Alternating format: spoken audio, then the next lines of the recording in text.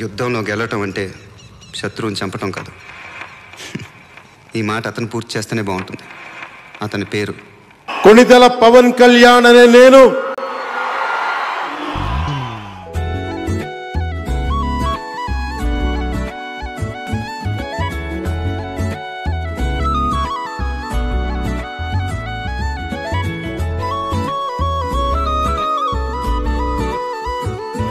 మామూలు టైంలో చూడడానికి లోకుగానే ఉంటాడమ్మా.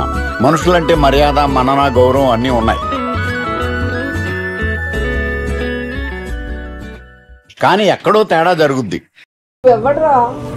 నువ్వెవ్వడివి అని అడుగుతున్నా. ఎరా నా కొడక, ఏం సోదర్రా? అయ్యా పీకే, నువ్వు ఏమీ పీకలేవు. పవన్ కళ్యాణ్ సైకో మెతమకి చెప్తున్నా. దత్తపుత్రుడు ఎలాంటి వాడు అని అంటే, నువ్వు బతికున్నంతకాలం నీకు టైం ఇస్తున్నా. నువ్వు జగన్మోహన్ రెడ్డి గారిని రాష్ట్రంలో నువ్వు మాజీ ముఖ్యమంత్రిని కనుక చేయగలిగితే రాజకీయాలు వదిలేసి నేను వెళ్ళిపోతాను. నువ్వెవరు మధ్యలో? తనతో మాట్లాడు, నీతో మాట్లాడు. అప్పుడు దాన్ని వచ్చి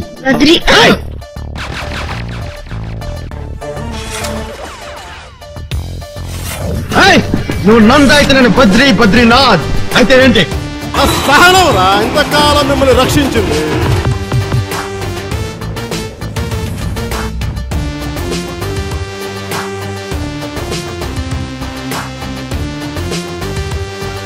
ఎంతమంది వైసీపీ గుండా ఎమ్మెల్యే వస్తారు?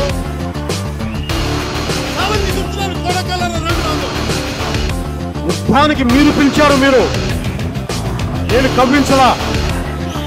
యుద్ధానికి సంసిద్ధులవ్వండి. గుర్తుపెట్టుకో, ఈ రోజు నుంచి నీ పతనం మొదలైంది. క్రిమినల్ సామ్రాజ్యం కూలదొయ్యకపోతే నా పేరు పవన్ కళ్యాణ్.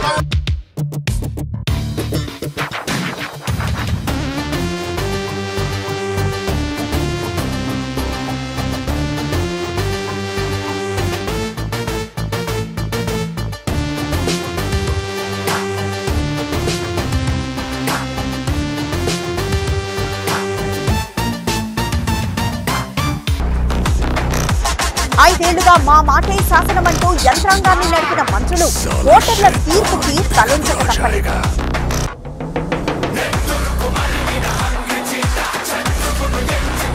ఏపీలో కూటమి సునామీలా దూసుకొచ్చినటువంటి పరిస్థితులు మనకు కనిపిస్తున్నాయి.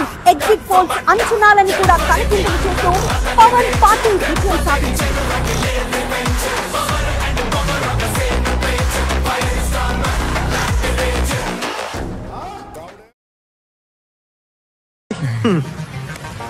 యుద్ధంలో గెలవడం అంటారా?